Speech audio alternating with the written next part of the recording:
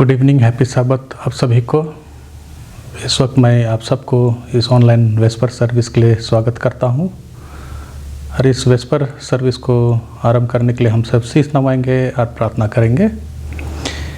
हे महान प्रभु, इस वक्त हम पापी बालक आपके समीप आए हैं, याचना लिए कि हम जो ये ऑनलाइन वेस्पर सर्विस से सीखेंगे उसे हम अपने मनों में रखकर अपने जीवन में व्यतीत कर सके। पिता मैं उन सबको भी याद करता हूँ जो भी दुख तकलीफ में पड़े उनके साथ रहा, जो भी बीमार है उनको चंगाई प्रदान कर ताकि वे ठीक होकर आपकी गुणगान गा सके। पिता, और क्या प्रार्थना करेंगे, इस छोटी विनती को स्वर्ग यीशु ख्रीस्त के नाम से मांगते हैं। स्वर्ग में सुन और ग्रहण कर, आमीन।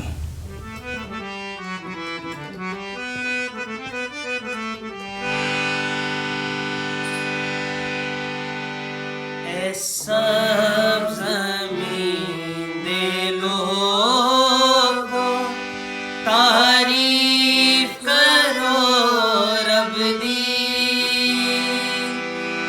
सब ज़मीन दे लोगों तारीफ करो रब दी। खुशी नाल तुसी करो खुदा दी बंदगी। खुशी नाल तुसी करो खुदा दी बंदगी। ऐसा ज़मीन दे लोग तारीफ करो रब दी। ऐसा ज़मीन दे लोग तारीफ करो रब दी। यहोवा दी बुज़ुर्गी सब करो खुशी नाल। यहोवा दी बुज़ुर्गी सब करो खुशी नाल। हज़ूर विच दे हाज़िर हो गीत गांदे होए वी।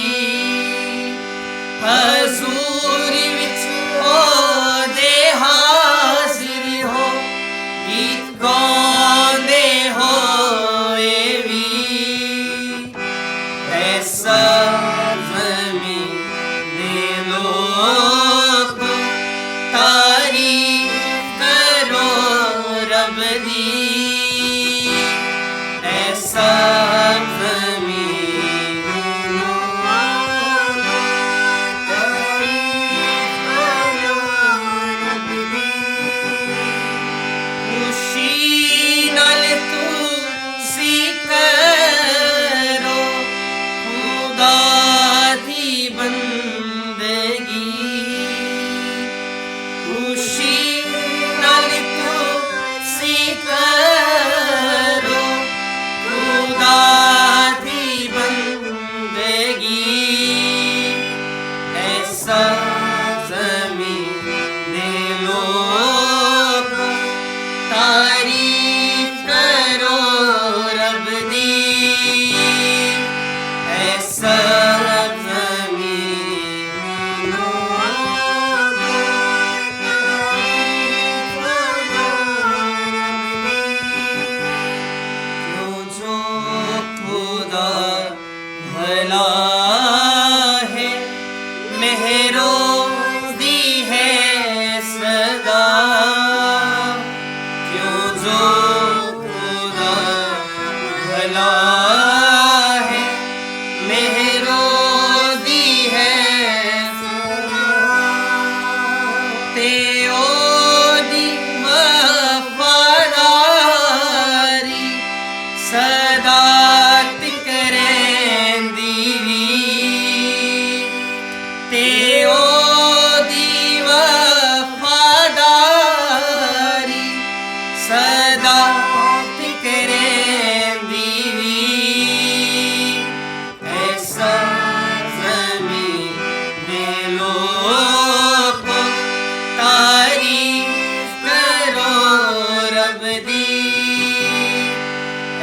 सब ज़मीं दे लोग तारीफ करो रब दी।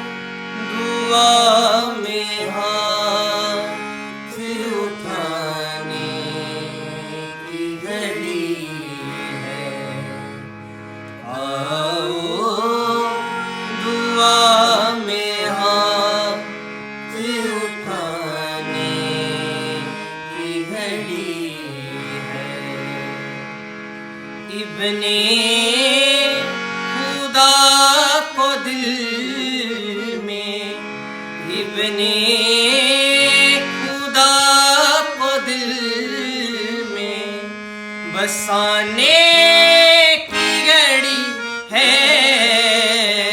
आओ दुआ में हाथ उठाने की घड़ी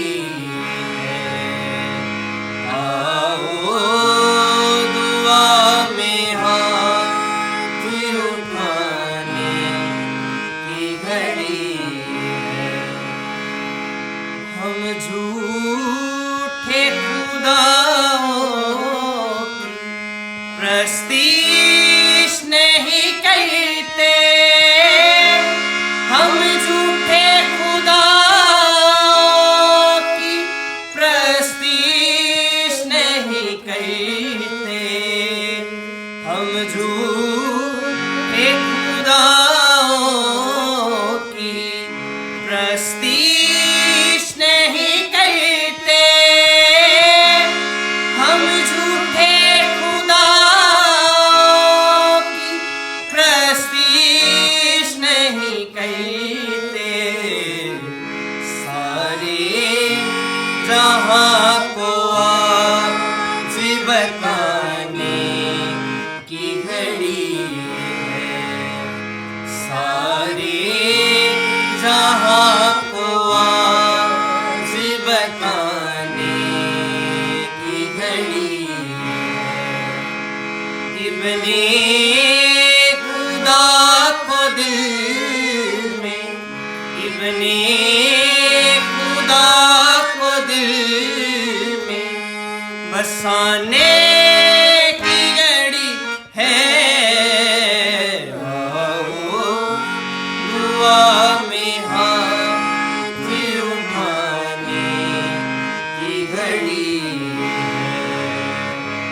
आओ दुआ में हाथ उठाने की घड़ी है। जिसने मेरे गुनाहों का फिदिया चुका दिया, जिसने मेरे गुनाहों का फिदिया चुका दिया, जिसने मेरे गुनाहों का फिदिया चुका दिया, जिसने मेरे गुनाहों का फिदिया चुका दिया, उसके शफ़ाफ़े खून में नहाने की घड़ी है, उसके शफ़ाफ़े खून में नहाने की घड़ी है। इब्ने खुदा को दिल में, इब्ने खुदा को दिल में बसाने की घड़ी है। आओ दुआ में हाथ उठाने की घड़ी है।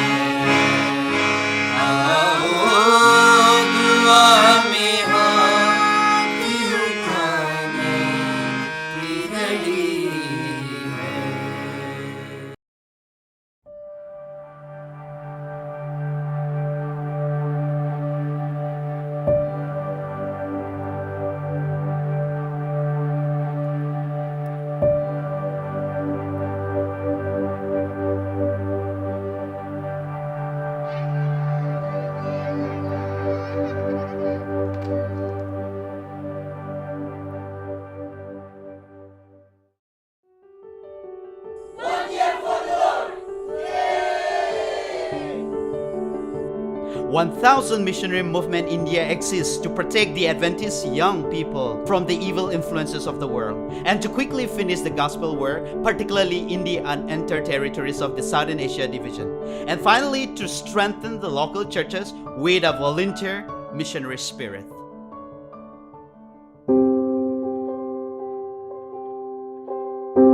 A place where I see the love of Jesus.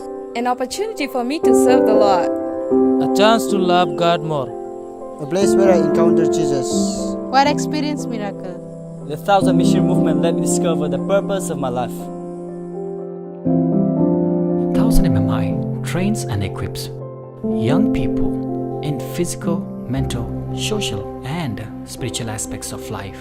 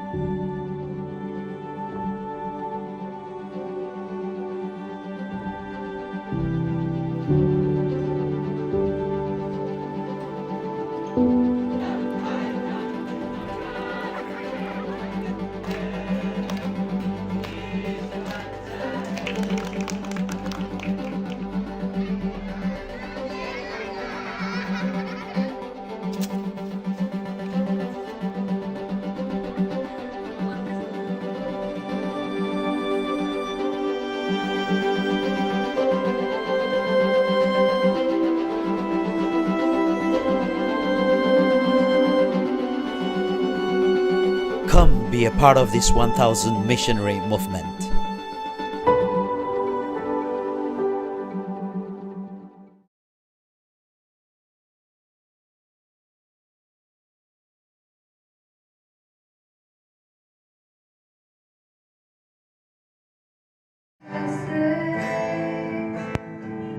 We pray for peace,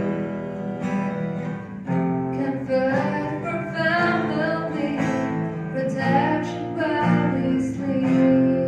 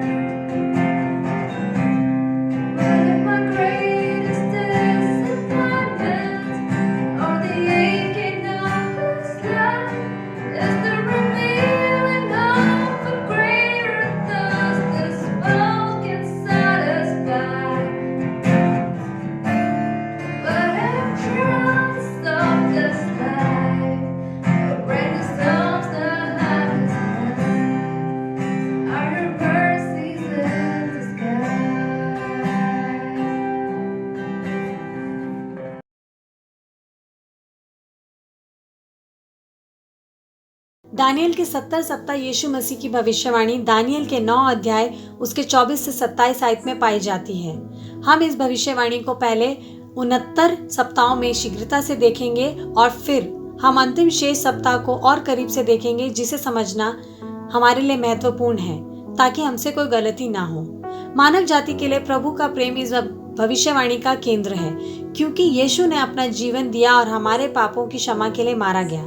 Daniel की 70 सप्ताह की भविष्यवाणी हमें स्पष्ट रूप से ये दिखाती है कि यीशु ही मसीह है जिसने इस बाइबल भविष्यवाणी को सही समय पर भविष्यवाणी के अनुसार पूरा किया है। आइए हम मिलकर खोजें हमारे लिए परमेश्वर का महान प्रेम और इस खूबसूरत भविष्यवाणी की अद्भुत सटीकता। इस भविष्यवाणी को समझने के लिए आपको केवल 2 भविष्य सूचक कुंजियां चाहिए, और ये पहली कुंजी है एजिकियल 4:6 और गिनतियों की 14:34 हमें ये बताती है कि एक दिन भविष्यवाणी का समय एक साप्ताहिक वर्ष के बराबर होता है। इसलिए यदि आप प्रति सप्ताह 70 सप्ताह को गुणा 7 दिन करते हैं तो ये 490 भविष्य सूचक दिनों के बराबर हो जाता है, जो अब 490 साप्ताहिक वर्ष बन जाते हैं। एजिकियल 4:6 और गिनतियों की 14:34 के अनुसार हमारी दूसरी कुंजी केवल ये तथ्य है कि कोई 0 वर्ष BC से AD को पार करते समय रेखा और कैलेंडर अलग अलग नहीं होते हैं। इसलिए जब आप कैलकुलेटर पर BC और AD गुणा करते हैं, उसका सही उत्तर प्राप्त करने के लिए हमेशा 1 जोड़ना होगा। यदि आप ऐसा नहीं करते हैं तो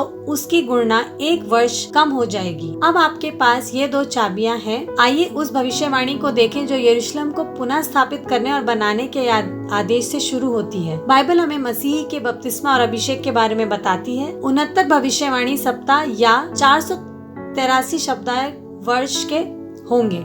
ये फरमान 457 में फरीसी राजा एक्सेस द्वारा जारी किया गया था। आप एजरा 7:13 से 26 अध्याय में पढ़ सकते हैं कि यीशु के बपतिस्मा का आदेश ठीक 483 साल बाद 27वीं AD शरद ऋतु में हुआ था। जैसा कि बाइबल ने कहा था कि इस 70वें सप्ताह के मध्य में वह काट दिया जाएगा, क्योंकि सप्ताह में केवल 7 दिन होते हैं। इसका मतलब ये है कि उनके बपतिस्मा के ठीक 3.5 दिन बाद उनको काट दिया जाएगा, जो कि 3.5 साल होता है भविष्यवाणी के समय के अनुसार। इतिहास हमें बताता है कि यीशु को उसके बपतिस्मा के ठीक 3.5 साल बाद 31 AD को वसंत में सूली पर चढ़ा दिया गया था। भविष्यवाणी के अनुसार हमें ये संकेत दिया गया था। इसका मतलब यह है कि 70वें सप्ताह में 3.5 साल और 490 साल शेष हैं।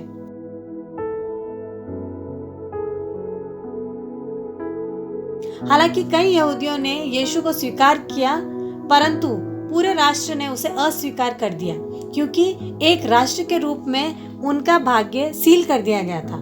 34 AD के शरद ऋतु में पहले ईसाई शहीद स्टीफन के पथराव के साथ 70वें सप्ताह का अंत हुआ। ठीक 3.5 साल बाद यरूशलेम को बहाल करने और बनाने के लिए डिक्री को सारांशित करने के लिए मसीह को सूली पर चढ़ाया और ठीक 3.5 साल बाद जारी किया गया। यीशु ने अपनी सेवकाई उसके अभिषेक और बपतिस्मा के बाद शुरू की थी। 70वें सप्ताह के मध्य में वह 31 AD में वसंत में क्रूस पे चढ़ाया गया। उन्होंने यहूदियों या यहूदी राष्ट्र के साथ अनुबंध की पुष्टि करना जारी रखा 3.5 साल तक, जब तक यहूदियों ने 34वीं AD की शरद ऋतु में स्टीफन को पथराव से मार दिया था। उस समय यीशु ने जल्द ही सॉल को बुलाया, जो सुसमाचार का प्रचार करने के लिए प्रेरित पौल बन गया और अन्य जातियों को प्रचार करने लगा। ये हमारे लिए परमेश्वर का प्रेम है। मेरे दोस्तों, हम इसके बारे में जॉन 3:16 और 17 में पढ़ते हैं कि ईश्वर ने जगत से ऐसा प्रेम किया कि उसने अपना इकलौता पुत्र दिया, ताकि जो कोई उस पर विश्वास करे नाश ना हो परंतु अनंत जीवन पाए। क्योंकि परमेश्वर ने अपने पुत्र को इसीलिए नहीं भेजा ताकि जगत पर दंड की आज्ञा दी जाए, परंतु इसीलिए ताकि जगत का उसके द्वारा उद्धार हो। अधिक जानकारी के लिए और मुफ्त पुस्तक के लिए हमें अपना नाम और पता जीमेल करें। महाद्वीप US के भीतर ये पुस्तक उपलब्ध है। महान विवाद हम आपको PDF के रूप में भी भेज सकते हैं। इसीलिए कृपया हमें अपना नाम और पता ईमेल करें। अतीत, स्थायी और भविष्य का महान विवाद। परमेश्वर आपको आशीष दे, क्योंकि आप पवित्र बाइबल के पाए जाने वाले अनंत जीवन को व्यापन करना सीखना और उसकी इच्छा का पालन करने का प्रण करते हैं।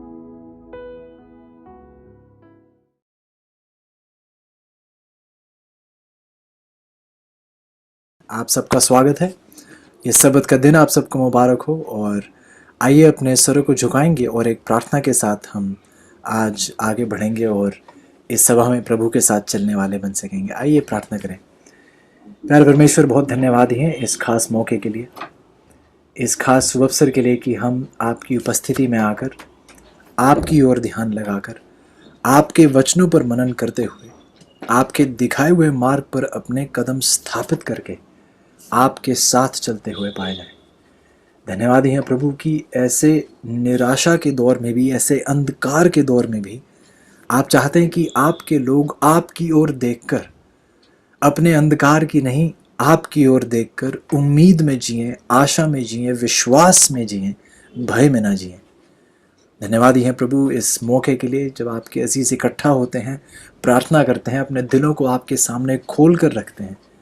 विनती करते हैं प्रभु कि आपके सामने हर जो सर झुका हुआ है, हर व्यक्ति जिसने अपने दिल को हलीम कर कर आपके सामने अपने आप को पेश किया है, विनती करते हैं प्रभु कि हर एक प्रत्येक दिल पर, हर एक घर पर आपकी मौजूदगी, आपकी पवित्र आत्मा की सामर्थ्य महसूस हो, मौजूद हो और आपके लोग प्रभु जी, आपकी एक कलीसिया आपके आगमन के लिए तैयार पाई जाए।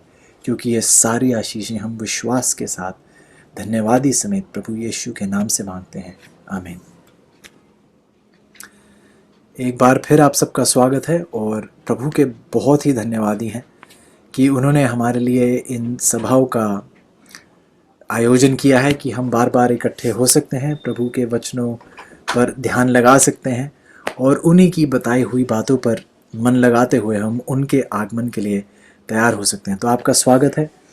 और आज की सभा के लिए, आज की पढ़ाई के लिए मैं चाहूँगा आप मेरे साथ आएँ भजन संहिता की किताब और उसका 71 अध्याय। स्कॉलर्स शायद निश्चित नहीं है कि ये किसने लिखी है। कुछ उम्मीद करते हैं, कुछ शायद कहते हैं कि हाँ दाऊद ने शायद इस भजन संहिता 71 को लिखा होगा, लेकिन कोई पुख्ता सबूत नहीं है जो ये कह सके कि हाँ ये सचमुच में दाऊद नहीं लिखी होगी। लेकिन जिस प्रकार से लिखी गई है बहुत ही सुनहरी और बहुत ही अहम सीख जो है इस भजन संहिता की 71 में जो है हमारे सामने इस सच्चाई को रखा जाता है। तो यदि आपके पास आपकी बाइबल है तो मेरे साथ खोलेगा भजन संहिता की किताब, उसका 71 अध्याय, और हम इस पढ़ने की शुरुआत करेंगे 10वीं आयत से और 11वीं आयत से। 10वीं और 11वीं देखेंगे। भजन संहिता 71 की 10 और 11 बाइबल कहती है, क्योंकि मेरे शत्रु मेरे विषय बातें करते हैं और जो मेरे प्राण की ताक में हैं वह आपस में यह सम्मति करते हैं कि परमेश्वर ने उसको छोड़ दिया है, उसका पीछा करके उसे पकड़ लो, क्योंकि उसका कोई छुड़ाने वाला नहीं है। यहां वर्णन किया गया है लेखक के द्वारा कि मेरे शत्रु मेरे विषय में बात कर रहे हैं कि उसके प्राण की ताक में है और वह ये कह रहे हैं कि इसको इसके प्रभु ने इसे छोड़ दिया है। इसकी हालत तो देखिए कैसी हो चुकी है, इसको इसके प्रभु ने त्याग दिया है, आइए हम इसको पकड़ लें और इसका कोई अब छुड़ाने वाला नहीं है। बहुत जरूरी है हम इन बातों पर ध्यान दें, क्योंकि जिस दौर से हम गुजर रहे हैं, कई अजीजों के लिए आप प्रार्थना कर रहे हैं, कई अजीज ऐसे हैं जो बहुत बीमार हैं और शायद बहुत निराश हैं। शायद बहुत से अजीज ऐसे सोचने लगे हैं कि अब मुझे तो ऐसे लगने लगा है कि परमेश्वर ने मुझे छोड़ दिया है। उनके मन में शायद ऐसे विचार आते हैं कि अब मैं दोबारा सेहतमंद नहीं हो पाऊंगा। शायद उनके दिल में भी ऐसी विचार है कि शैतान मेरी ओर देखकर कह रहा है आइए हम इसे पकड़ ले, अब तो इसके परमेश्वर ने इसे छोड़ दिया है, इसका कोई छुड़ाने वाला नहीं है। एक ऐसे दौर में भी जब निराशा आपके दिल पर हावी हो रही हो, एक ऐसे संकट से भी जब आप गुजर रहे हो, जब चारों ओर अंधकार ही अंधकार हो, तो देखिए भजन संहिता की 71 का लेखक आगे जाके 14 पद में क्या कहता है। भजन संहिता की 71 की 14 में लेखक कहता है, मैं तो निरंतर आशा लगाए रहूंगा और तेरी स्तुति अधिक अधिक करता जाऊंगा। बाइबल कहती है कि चाहे मेरे आसपास कितनी भी निराशा क्यों ना हो, चाहे मेरे आसपास कितना भी अंधकार क्यों ना हो, मेरे ऊपर जितनी भी विपत्तियां, मेरे ऊपर जितनी भी मुसीबतें, मुश्किलें, बीमारियां क्यों ना आए, ऐसा ना हो अजीजों कि किसी नई बीमारी की वजह से, किसी नई महामारी की वजह से आप उस हमारे प्राचीन उस परमेश्वर को भूल जाएं। ऐसा ना हो कि किसी नए संकट की वजह से आप अपने उस प्राचीन परमेश्वर को त्याग दें। ऐसा ना हो किसी नए परेशानी की वजह से आप उस पुराने परमेश्वर को छोड़ दें जिसने आपका साथ यहां तक दिया है। आइए ये नई बीमारी ये सोचकर कि दुनिया के पास इसका इलाज नहीं है, आप ऐसा ना सोचने लगे कि प्रभु के पास भी इसका इलाज नहीं है। आइए अपनी समस्या को देखकर आप उसके समाधान को ना भूल जाएं जो आपका प्रभु परमेश्वर है। भजन संहिता की 71 का लेखक ये कहता है कि हाँ, मेरे दुश्मन बहुत कुछ कह रहे हैं, हाँ मेरी हालत आज ऐसे लगती है जैसे मुझे तो प्रभु ने त्याग दिया है, लेकिन प्रभु मैं आपसे बताना चाहता हूं कि मैं निरंतर आपकी आशा में जीता चला जाऊंगा। मैं निरंतर उम्मीद अपनी कायम रखूंगा, बल्कि मैं अपने अंधकार में सिर्फ आशा ही नहीं करूंगा, बल्कि 71 की 14 ये भी कहती है कि मैं आपकी स्तुति अधिक अधिक करता चला जाऊंगा। यदि आप ध्यान से पढ़े उस ऐत को तो कहता है कि मैं आपकी स्तुति अधिक अधिक करता चला जाऊंगा। मैं आशा में कायम रहूंगा, मैं निरंतर आशा करता चला जाऊंगा।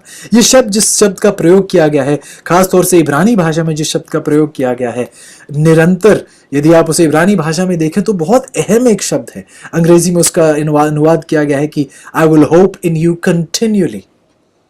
उस कंटिन्यूअल शब्द का इस्तेमाल किया गया है, लगातार निरंतर उस शब्द का प्रयोग किया गया है। उसी इब्रानी शब्द को आप देखें तो एक और जगह उस शब्द का प्रयोग किया जाता है, और जहां इस शब्द का प्रयोग किया गया है वहां से एक मकसद मिलता है, एक वजह मिलती है कि क्यों लेखक कह सकता है कि मैं निरंतर आप में आशा करता रहूंगा, मैं निरंतर आशा लगाए रहूंगा। वह ऐसा क्यों कह पा रहा है? एक वजह हमें मिलती है निर्गमन की 28 की 23 में। यदि आपके पास अपनी बाइबल में आप मेरे साथ जा सकें, निर्गमन का 28 अध्याय उसकी 30 ऐत मेरे साथ देखिएगा। निर्गमन की 28 की 30 बाइबल कुछ इस प्रकार कहती है, और तू न्याय की चपरास में उरीम और तुमीम को रखना। यहाँ मूसा को हिदायत दी जा रही है परमेश्वर के द्वारा कि जब आप याजक के कपड़े को तैयार करते हैं तो ये सारे चीज होनी चाहिए। उसे उस पवित्र स्थान के बारे में बहुत सी खास अहम जानकारी दी जा रही है। लेकिन जब उस याजक के कपड़ों का जिक्र किया जाता है, चपरास का जिक्र किया जाता है जो याजक पहनता था, प्रभु कहते हैं मूसा से कि तू न्याय की चपरास में उरीम और तुमीम को रखना, और जब जब हारून यहोवा के सामने प्रवेश करे तब तब वह उसके हृदय के ऊपर हो। यह चपरास जो थी उसके हृदय पर डाली जाती थी। अंग्रेजी में ब्रेस्ट प्लेट जो थी उसके हृदय पर डाली जाती थी, उसकी छाती पर ऐसी रखी जाती थी। ध्यान से सुनेगा, निर्गमन की 28 की 30 आगे कहती है, इस प्रकार हारून इस्राएलियों के न्याय पदार्थ को अपने हृदय के ऊपर यहोवा के सामने नित्य लगाए रहे। सच्चाई है चीजों की, ये चपरास जो थी, ये ब्रेस्ट प्लेट जो थी, इसके ऊपर 12 बहुत बहुमूल्य पत्थर जो थे लगे हुए थे। 12 पत्थर थे और हर एक पत्थर पर इस्राएलियों का जो एक कुंड था उनका नाम लिखा गया था। हर एक ट्राइब का, हर एक कुंड का जो गोत्र था, हर एक गोत्र का नाम हर एक पत्थर पर लिखा हुआ था। तो हम देखते हैं कि 12 गोत्र थे और 12 ही पत्थर इस चपरास पे थे, इस ब्रेस्ट प्लेट पे थे, जो महायाजक हारून जो था अपनी छाती पर पहनता था। बाइबल निर्गमन की 28 की 23 में कहती वह अपने हृदय पर, अपने दिल पर पहनता था। बल्कि बाइबल आप 28 की 30 में आगे पढ़े तो बाइबल कहती कि इस प्रकार इस चपरास को पहने हुए इन 12 के 12 गोत्रों को अपने दिल पर उठाए हुए वह हारून इस्राएलियों के न्याय पदार्थ को अपने हृदय के ऊपर यहोवा के सामने नित्य लगाए रहे। वह शब्द नित्य जो है वह वही शब्द है जिसका भजन संहिता की 71 में उसका अनुवाद किया गया है निरंतर। निरंतर, नित्य एक ही इब्रानी शब्द से लिए गए हैं जो इब्रानी शब्द है तामीद। और तामीद शब्द जो इब्रानी शब्द है वह यही बात को दर्शाता है, उस निरंतरता को दर्शाता है, उस लगातार होने वाली चीज को दर्शाता है कि जब जब हारून मेरे सामने आएगा तब तब उसके हृदय पर यह चपरास होना चाहिए जिसपे 12 पत्थर थे जो वह अपने दिल पर रख कर जाता है। इसमें ये 12 के 12 गोत्र जो थे वह अपने दिल पर उठाता था। और ये न्याय की पदार्थ, ये एक न्याय की पदार्थ थी। ये चपरास यदि आप देखें सोने की बनी हुई थी, इस पर ये बहुमूल्य पत्थर लगे हुए थे। आपको शायद ये गहने लगे कि अरे इसने तो एक गहना डाल रखा है, लेकिन सचमुच में इस चपरास को न्याय का पदार्थ कहा जाता है। न्याय का पदार्थ क्योंकि इसने इस्राएल को एक तरीके से, क्योंकि 12 गोत्र उसकी छाती पर लिखे हुए थे, उस चपरास पर लिखे हुए थे, जो अपने दिल पर उठाता था, एक प्रकार से वह ये कह रहा, ये यहां दर्शाया जाता है कि जो न्याय इन 12 पर आना है ये मुझ पर आ जाए, मैं इनका दंड उठाने के लिए जो न्याय इन पर होना है वह मुझ पर हो जाए, मैं उठाने के लिए तैयार हूं। मैं आपके सामने अपने लोगों को अपने दिल पर उठाकर मैं आपके सामने ला रहा हूं। तो बहुत ही सुनहरी ये एक विचार है, क्योंकि यदि आप नए नियम में देखें तो इब्रानियों की किताब हमें बताती है कि स्वर्गीय पवित्र स्थान में भी हमारा एक महायाजक है जो हमारा प्रभु यीशु है। वह स्वर्गीय पवित्र स्थान में हमारे लिए मध्यस्थता करते हुए प्रभु के सामने खड़ा है, और जीजो उसने भी अपने लोगों को अपने दिल पर उठा रखा है। उसने भी आपको और मुझको अपने दिल पर उठा रखा है। भजन संहिता की 71 में लेखक कहता है कि मैं निरंतर आप में आशा लगाए रखूंगा, क्यों इस बात में नहीं, ध्यान से सुनिएगा, मेरी आशा आप में निरंतर रहेगी। इसलिए नहीं क्योंकि मेरी परिस्थितियां जो है वह खत्म हो चुकी हैं, मेरी परेशानियां चली जा चुकी हैं, मेरे ऊपर जो समस्या, जो संकट आया था वो चला गया है। नहीं, मेरी उम्मीद इस बात में नहीं है, मेरी आशा इस बात में नहीं है कि जो बीमारी है वह चली जाएगी। मेरी आशा इस बात में नहीं है कि मुझे कोविड कभी नहीं होगा। मेरी आशा इस बात में नहीं है कि यदि मुझे कोविड हुआ तो मैं मर नहीं जाऊंगा। मेरा विश्वास इन सब चीजों में नहीं है। मेरी आशा इस बात से है, मेरी आशा कायम इस बात से है कि मेरे परमेश्वर ने मुझे अपने दिल पर उठा रखा है, और वह मुझे अपने दिल पर निरंतर उठाए रखता है। जिसने मुझे अपने दिल पर निरंतर उठाए रखा है, फिर चाहे जीवन आए चाहे मौत, मुझे किसी बात का फिक्र नहीं है। मेरी आशा कायम रहेगी।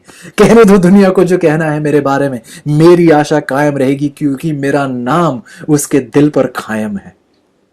यदि उसने मुझे लगातार निरंतर अपने दिल पर उठा रखा है, तो चाहे दुनिया कुछ भी सोचे, उसी के उठाव में, उसी के दिल पर मैं बैठे हुए अपना सारा जीवन बिता सकता हूं, चाहे मौत ही क्यों ना देखनी पड़े। मेरी आशा एक बार फिर अजीजों, इस महामारी के दौर में हमारी आशा इस बात में नहीं है कि प्रभु हमें बचा कर रखेगा। सच्चाई तो यह, मैं आपको चेतावनी दे दूं कि हो सकता है कि आपको और मुझे कोविड हो जाए। यदि हम इस बात को सोचकर चलें कि हाँ, मुझे यह आशा है कि मुझे कभी भी यह बीमारी नहीं होगी, और अगर हो गई तो फिर आप अपने विश्वास का क्या करेंगे? त्याग देंगे। सच्चाई तो यह अजीजों, आपको बीमारी हो सकती है, क्या पता हम बीमारी के द्वारा मर भी जाएं, लेकिन जिसने हमें अपने दिल पर निरंतर उठाए रखा है, यदि आपका जीवन उसमें समर्पित है, तो अजीजों मौत का किसे डर है? मौत का किसे डर है? यदि आप प्रभु के हृदय पर रहते हैं, यदि आप उसके हृदय में समा चुके हैं, वह आपको उठाकर निरंतर चलता है, तो फिर आपको किस बात से डरने की जरूरत है? भजन संहिता की 71 में जब हम पढ़ते हैं तो हम यही पढ़ते हैं कि लेखक की उम्मीद, लेखक जो लिखता है जब कहता है मैं तो निरंतर आशा लगाए रखूंगा, आशा इस बात की नहीं कि मेरा बचाव होगा, आशा इस बात की नहीं कि मैं बीमार नहीं पड़ूंगा, या मुझ पर कभी कोई कमजोरी नहीं आएगी, या कोई गरीबी नहीं आएगी, इस बात की आशा नहीं है। मैं निरंतर आशा करता रहूंगा, क्योंकि मैं निरंतर आपके दिल पर उठाया जाता हूं, आपके दिल पर उठाया जाता हूं। बहुत ही सुनहरी बात है। बल्कि आगे आप भजन संहिता की 71 की 14 आगे पढ़ें तो अगला वाक्य उसी आयत में बताता है, भजन संहिता की 71 की 14, मैं तो निरंतर आशा लगाए रहूंगा और तेरी स्तुति अधिक अधिक करता जाऊंगा। मैं सिर्फ आशा ही नहीं लगाए रखूंगा, चाहे लोग मेरी स्थिति को देखकर भी कहें ये तो बस मरने वाला है, इसके परमेश्वर ने इसे छोड़ दिया, चाहे दुनिया कुछ भी कहे, चाहे दुनिया कहे इसके परमेश्वर ने इसे छोड़ दिया है, मैं जानता हूं कि मेरा नाम आपके दिल पर लिखा हुआ है। चाहे दुनिया कुछ भी कहे मेरी स्थिति को देखकर, मैं इस बात से आश्वस्त हूं कि मैं आपके दिल पर पाया जाता हूं। इसलिए मैं स्तुति करूंगा, इसलिए नहीं क्योंकि आपने मुझ पर बीमारी नहीं आने दी। मैं आपकी महिमा करूंगा इसलिए नहीं क्योंकि आपने मुझे संकट से बचाया है। मैं आपकी स्तुति इसलिए करूंगा क्योंकि आप स्तुति के योग्य हैं। मैं आपकी प्रशंसा करूंगा इसलिए नहीं क्योंकि आपने मेरे लिए कुछ भला किया है। मैं आपकी प्रशंसा इसलिए करूंगा क्योंकि आप प्रशंसा के योग्य हैं। और मैं प्रशंसा अधिक अधिक करता चला जाऊंगा। मूल भाषा में यदि आप उसे देखें तो जैसे ईंट के ऊपर ईंट रखी जाती है और बढ़ जाती है फिर ये अपने कद में, उसी प्रकार मैं प्रशंसा के ऊपर प्रशंसा रखूंगा और ये प्रशंसा इकट्ठी करती चला जाऊंगा, आपकी स्तुति इकट्ठा करता चला जाऊंगा, आपकी स्तुति की इमारत में बढ़ाता चला जाऊंगा, अधिक से अधिक आपकी स्तुति करता चला जाऊंगा। आज मेरा यह सवाल है, क्या इस महामारी ने आपकी स्तुति को आपसे छीन लिया है? क्या इस महामारी ने आपकी आशा को आपसे छीन लिया है? क्या आपके संकट ने आपसे उम्मीद को छीन लिया है? या फिर आप भी भजन संहिता के 71 के लेखक की तरह आप भी ये कह रहे हैं कि मैं प्रभु की स्तुति अधिक से अधिक करता चला जाऊंगा, मेरी आशा, मेरी स्तुति इस बात पर कायम है कि उसने मुझे अपने दिल पर उठा रखा है। अजीजों, थोड़ी देर के लिए अपने जीवन को देखिए जैसे मैं अपने जीवन को देखता हूं। मैं किस योग्य हूं कि मैं प्रभु के दिल पर पाया जाऊं? मेरे में ऐसी क्या भलाई है कि प्रभु मुझे अपने दिल पर उठा के चलेगा? ऐसी कोई अच्छाई नहीं, ऐसी कोई भलाई नहीं, लेकिन फिर भी उसने वायदा दिया है कि आप मेरे दिल पर हैं, आप मेरे दिल पर हैं। आइए ये बात कहने से पहले भजन संहिता की 71 की 14 में ये कहने से पहले कि मैं निरंतर आशा लगाए रखूंगा, देखिए इससे पहले वो कुछ बातें और कहता है। भजन संहिता 71 की 9 में कहता है, बुढ़ापे के समय मेरा त्याग ना कर, जब मेरा बल घटे तो मुझको छोड़ ना दे। वह क्यों कह रहा है? इस डर से कि मैं मर जाऊंगा या इस डर से कह रहे मुझे मारना मत, नहीं, वह कह रहा है बुढ़ापे के समय मुझे त्यागना मत। क्यों? क्योंकि भजन संहिता 71 की 14 क्या कहती है कि मैं तो निरंतर आशा आप में लगाए रखूंगा, मैं अधिक अधिक स्तुति करना चाहता हूं, तो जब मैं बूढ़ा हो जाऊं प्रभु तो मुझे छोड़ना मत, मुझे जल्दी से मरने मत देना। इसलिए नहीं क्योंकि मैं ज्यादा साल जीना चाहता हूं, खाने पीने का आनंद लेना चाहता हूं, मुझे जीने दीजिएगा क्योंकि मैं आशा लगातार लगाए रखना चाहता हूं। मुझे थोड़े और दिन जीने दीजिएगा क्योंकि मैं थोड़े और दिन आपकी स्तुति करना चाहता हूं। अजीजों, इस बीमारी के दौर में यदि आप कह रहे हैं प्रभु मुझे बीमार ना पड़ने दे, मुझे मरने मत दे, जीने दे, तो क्यों जीने दे? क्यों जीना चाहते हैं आप? आपके जीने का मकसद क्या है? ताकि और थोड़ा दुनियावी लुत्फ उठाया जाए, ताकि और थोड़ी दुनियादारी में चला जाए? क्यों जीना चाहते हैं? जीने का मकसद क्या है? भजन संहिता का लेखक क्या कह रहा है कि मैं जीना चाहता हूं प्रभु, बुढ़ापे में मुझे त्यागना मत, मेरा बल घटे तो मुझे छोड़ मत देना, जितना सा बल होगा उतने से बल में भी आपकी स्तुति पर स्तुति अधिक से अधिक मैं करता चला जाऊंगा। ये मेरी इच्छा है। जब बूढ़ा भी हो जाऊं तो आपकी प्रशंसा करता चला जाऊंगा, जब मेरी हिम्मत ताकत भी खत्म हो जाए तब भी मैं आप ही की प्रशंसा करता चला जाऊंगा। आइए 71 की 16 पढ़ें। भजन संहिता 71 की 16, मैं प्रभु ये यहोवा के पराक्रम के कामों का वर्णन करता हुआ आऊंगा, मैं केवल तेरे ही धर्म की चर्चा किया करूंगा। प्रभु मुझे थोड़े दिन और दीजिएगा, मैं आपकी चर्चा करना चाहता हूं। मुझे थोड़े और दिन दीजिएगा, अपने आप के लिए नहीं, आपकी प्रशंसा के लिए, आपके कामों का वर्णन मैं करता चला जाऊं, इसलिए मुझे थोड़ा और जीवन दीजिएगा। यदि आप प्रार्थना कर रहे हैं किसी अजीज के लिए जो बीमार है, आप सिर्फ ये प्रार्थना न कीजिएगा कि वो दोबारा से चंगे हो जाएं।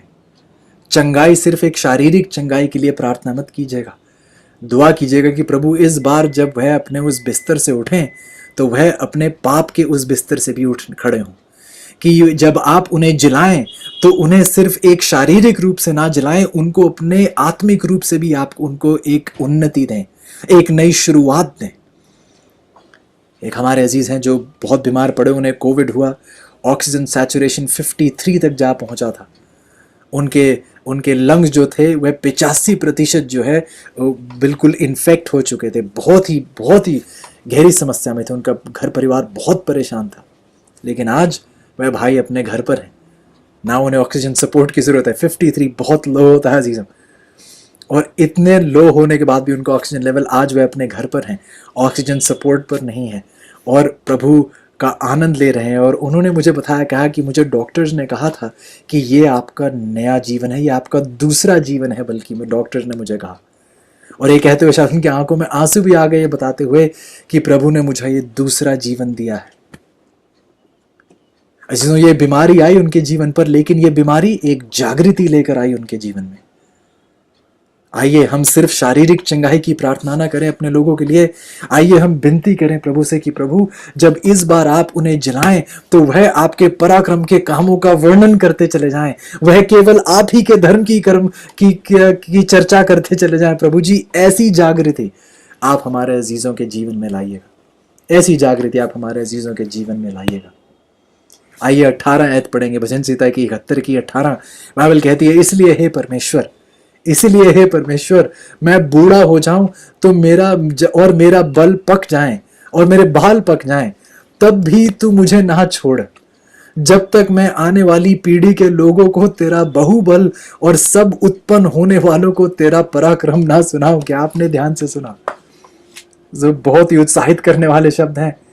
प्रभु मेरी आपसे विनती है, भजन संहिता की 71 की 18, कि जब मैं बूढ़ा भी हो जाऊं, चाहे मेरे बाल ही क्यों ना पक जाएं, तब भी आप मुझे ना छोड़ना। वह ये नहीं कह रहा कि मुझे और साल दीजिए, मैं थोड़ा और आनंद लेना चाहता हूं इस दुनिया का, नहीं, मुझे तब तक मत छोड़ना प्रभु जी जब तक मैं आने वाली पीढ़ी के लोगों को आपके बहुबल और सब उत्पन्न होने वालों को आपका पराक्रम ना सुनाऊं, तब तक आप मुझे ना छोड़िएगा। जब मेरा कार्य पूरा हो जाए मेरी जान ले लीजिएगा, लेकिन जब तक मैं सबको ना सुना दूं कि मेरा परमेश्वर कौन है, मुझे कृपया करके जीवित रखिएगा। ओह, मुझे कृपया करके जीवित रखिएगा। मेरी आशा कायम रहेगी प्रभु, मेरी आशा कायम रहेगी। बूढ़ा हो जाऊं, बाल पक जाए, बीमार पड़ जाऊं, मौत की उस घरार पर आ जाऊं, फिर भी मैं अपनी आशा कायम रखूंगा प्रभु, क्योंकि आपने मुझे अपने दिल पर कायम रखा है। मैं आप प्रशंसा पर प्रशंसा की ईंट बढ़ाता चला जाऊंगा, ताकि प्रशंसा की एक इमारत आपकी महिमा के लिए खड़ी हो की जाए। आइए भजन संहिता की 71 की 20 की ओर ध्यान लेके जाते हैं। भजन संहिता की 71 की 20 में लेखक कहता है, तूने तो हमको बहुत से कठिन कष्ट दिखाए हैं, परंतु अब तू फिर से हमको जिलाएगा और पृथ्वी के गहरे गड्ढे में से उभार लेगा। देखिए क्या कहता है, कहता है प्रभु मैंने तो पीछे बीते कल में, देखिए क्या कहता है, आप हमको बहुत से कठिन कष्ट दिखाए हैं, परंतु अब तू फिर हम सबको जिलाएगा। प्रभु मैं आप बहुत संकटों से हमें निकाल कर लाए, कई बार मैं गिरा हूं, कई बार मेरे कदम डगमगाए हैं, कई बार मैं उस पाप की खाई में गिरा हूं, कई बार मैं निराश हुआ हूं, कई बार मैं आपको छोड़कर चला गया हूं, आपसे अपना मन फिराकर मैं दुनिया की ओर चला गया हूं, लेकिन बार बार आपने मुझे जिलाया है प्रभु, बार बार आपने मुझे जिलाया है। तो ये संकट क्या है? जब आप बीते संकटों से मुझे निकाल कर ले आए हैं, बीती मुसीबतों से आप मुझे उभार कर ले आए हैं, तो ये संकट क्या है प्रभु? 20 में कहता है, पृथ्वी के गहरे गड्ढे में से भी आप मुझे उभार लाए हैं। इस तुलना में कि जहां कहीं मैं पहले उस पर्वत की ऊंचाई पर आपके साथ आत्मिकता में, धार्मिकता में खड़ा होता था, प्रभु आज मैं ऐसा महसूस कर रहा हूं कि मैं उस पाप की खाई में हूं, लेकिन मुझे इस बात की आशा है कि आप मुझे मेरी खाई के अंधकार में नहीं छोड़ेंगे, आप मुझे इस खाई से भी उभार लाएंगे और अपने करीब ले आएंगे। ये मेरी आशा है। मेरी आशा इसलिए नहीं है क्योंकि मैं धर्मी हूं, मेरी आशा इसलिए है क्योंकि मैं आपके दिल पर बसता हूं। मेरी आशा इस बात में यह नहीं है कि मैंने बहुत भले काम किए हैं, मेरी आशा इस बात में यह है कि आप भले हैं और आप इस भले कार्य को अंजाम देंगे। मेरी आशा आप है प्रभु, मैं नहीं। मेरी आशा कोई डॉक्टर नहीं है, कोई वैक्सीन नहीं है, मेरी आशा मेरा परमेश्वर है। मेरी आशा मेरा परमेश्वर है। वही मुझे उभार सकता है, वही मुझे खड़ा कर सकता है, वही मुझे एक नया जीवन दे सकता है, वही मुझे जिला सकता है। ऐसी उम्मीद आती कहां से है? ऐसी आशा उत्पन्न कौन करता है हमें, और हमें ऐसी आशा कायम रखने के लिए क्या करना चाहिए? आइए इस आखिरी आयत को पढ़ेंगे। रोमियो की किताब है, उसका 15 अध्याय और उसकी 13 आयत। रोमियो की किताब उसका 15 अध्याय और उसकी 13 आयत। रोमियो की किताब 15 अध्याय 13 आयत। बाइबल कहती है, सो परमेश्वर जो आशा का दाता है, वहां परमेश्वर जो आशा का दाता है। रोमियो की 15 की 13। सो परमेश्वर जो आशा का दाता है तुम्हें विश्वास करने में सब प्रकार के आनंद और शांति से परिपूर्ण करे, कि पवित्र आत्मा की सामर्थ्य से तुम्हारी क्या हो जाए? आशा बढ़ती जाए। ध्यान से सुनिएगा, ताकि उस परमेश्वर के दाता के द्वारा जब आप उस पवित्र आत्मा के उस दान को, उस भेंट को आप स्वीकारें, तो उस पवित्र आत्मा की सामर्थ्य में आपकी आशा बढ़ती चली जाए। यदि आज आपकी आशा कमजोर पड़ रही है तो पवित्र आत्मा की मौजूदगी आपके जीवन में कमजोर पड़ रही है। यदि आपकी आशा बढ़ नहीं रही है, इस महामारी में आपका दर्द तो बढ़ रहा है, आपकी परेशानी तो बढ़ रही है, आपकी चिंता तो बढ़ रही है, लेकिन आपकी आशा घटती चली जा रही है। आज प्रभु कहता है वह परमेश्वर जो आशा का दाता है, उसी के पवित्र आत्मा के द्वारा, आप उसकी सामर्थ्य के द्वारा आपकी आशा बढ़ती चली जा सकती है। अजीजों, मेरी आपसे फिर एक बार विनती है, सिर्फ अपने अजीजों के शारीरिक चंगाई के लिए प्रार्थना ना कीजिएगा। प्रार्थना कीजिएगा प्रभु से कि प्रभु जी, मेरे इन अजीजों को अपनी पवित्र आत्मा की सामर्थ्य दीजिए। इन्हें शारीरिक चंगाई ही नहीं, इन्हें वह आत्मिक चंगाई चीज चाहिए, ताकि इनकी बीमारी में भी, इनकी मुश्किल में भी, इनकी अड़चन में भी इनकी आशा पर आंच ना आए, इनकी आशा लगातार बढ़ती चली जाए। यदि महामारी नहीं घट रही है तो आशा भी नहीं घटनी चाहिए। यदि बीमारी नहीं घट रही है तो मेरी आशा भी नहीं घटनी चाहिए। और प्रभु का ये वायदा है, मैं आशा का दाता हूं, और मेरी उस पवित्र आत्मा की समर्थ के द्वारा ये मेरा आपसे वायदा है कि आपकी आशा बढ़ती चली जाएगी। आइए आज हम अपने आप को प्रभु के सामने हलीम करें, उनसे निवेदन करें कि वह हमें अपनी उस पवित्र आत्मा की सामर्थ से माला माल करें, ताकि हम उन्हीं की पाक रूह से भरे हुए, उन्हीं के कामों के द्वारा चर्चा करते हुए हम भी भजन संहिता के लेखक की तरह कहने वाले बन सके कि मैं निरंतर आप में आशा करते चले जाऊंगा, स्तुति की ईंट पर ईंट लगाता चला जाऊंगा, आपके नाम की ही सदा प्रशंसा हो। यदि मैं आपके दिल पर कायम हूं तो मेरे दिल में आशा कायम रहेगी। यदि आपकी इच्छा है तो आपसे निवेदन करूंगा, यदि हो सके तो घुटने के बल आइएगा। आइए प्रार्थना करेंगे। प्यारे परमेश्वर, एक बार फिर आपने ऐसा सुकून दिल में दिया है जो दुनिया की किसी भी चीज से नहीं मिलता है। एक ऐसी आशा आपने हमारे दिल में उत्पन्न करी है प्रभु, जो कोई भी दवाई नहीं कर सकती है। ऐसे अंधकार में भी आपने ऐसा एक उजाला हम पर प्रकट किया है प्रभु, जिससे ज्यादा रोशनी देने वाला कोई उजाला है ही नहीं इस पूरे ब्रह्मांड में। प्रभु जी, आप जीवन की ज्योति हैं, आप आशा के दाता हैं, और आप ही हमारी आशा बढ़ा सकते हैं अपनी पवित्र आत्मा की सामर्थ्य के द्वारा। प्रभु, विनती करता हूं अपने अजीजों के लिए जो बीमार हैं, कि वे शारीरिक रूप से नहीं बल्कि आपकी पवित्र आत्मा से माला माल हो, ताकि जब वह उस बिस्तर से उठे तो अपने पाप की कब्र से भी उठ खड़े हो। जब वह जलाए जाएं तो शारीरिक रूप से नहीं बल्कि आत्मिक रूप से भी जलाए जाएं, और अपना सब कुछ आपके नाम कर दें। धन्यवादी है प्रभु, जो वायदा देता है वो वायदा निभाता भी है प्रभु, तू ऐसा परमेश्वर है।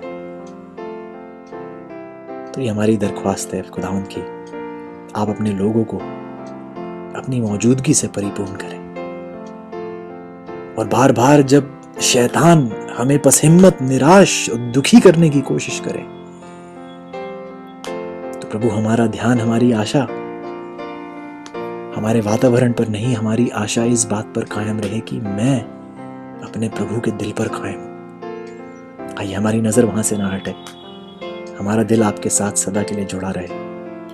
यही हमारी विनती है प्रभु, और इसी आशीष को विश्वास के साथ धन्यवादी समेत हम आपके प्यारे बेटे प्रभु यीशु के नाम से मांगते हैं। आमीन।